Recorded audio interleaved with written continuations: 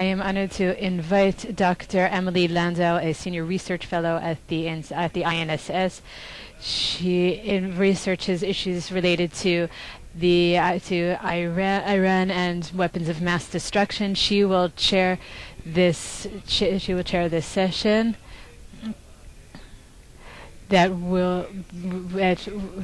includes many important and interesting people.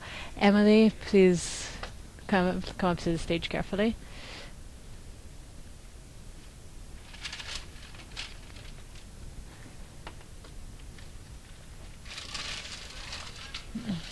I am pleased to open this panel that will discuss nuclear Iran.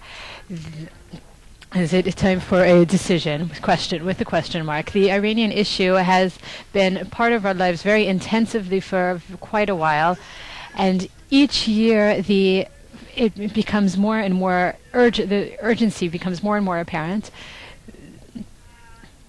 as Iran increasingly approach military nuclear capabilities, and the continued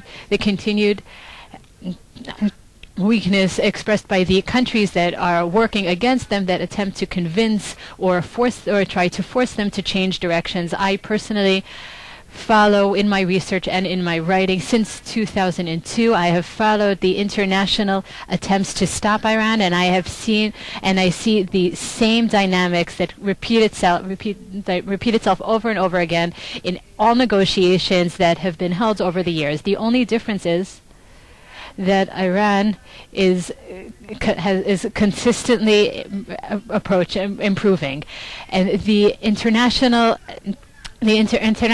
efforts always focus on the most recent development, which is the most problematic at that specific moment, and other parts of the program that maybe 6 or 7 years ago might have been considered completely unacceptable are now considered acceptable after Iran had set new standards of international concern. During the last series of negotiations in Kazakhstan, it discussed issues of enriching uranium to a scale of 20%, which is currently considered the most problematic, and the softer proposal compared to last year, and Iran obviously rejected the proposal. There are preliminary attempts, awareness that the fact that Iran might be making preparations for the next stage, maybe reaching more than 20% and approaching 50%. During the last series of negotiations, we heard representatives of the P5+1 countries talking about the need to find the common grounds with Iran and to build confidence with Iran. But these negotiations with Iran does not succeed because there is no common ground. On the contrary, the situation is of conflicting interests. Iran is interested in military nuclear capabilities, and the international authorities are interested in preventing these capabilities. The international organizations ask Iran justifiably to increase its confidence in the international arena, but of course Iran also demands confidence, but it expects that confidence to be reflected by canceling all of the sanctions. Iran is the side that has violated the confidence. Iran obviously has no interest in reaching an agreement, because the meaning of such an agreement would be abandoning their attempt to achieve military nuclear capabilities.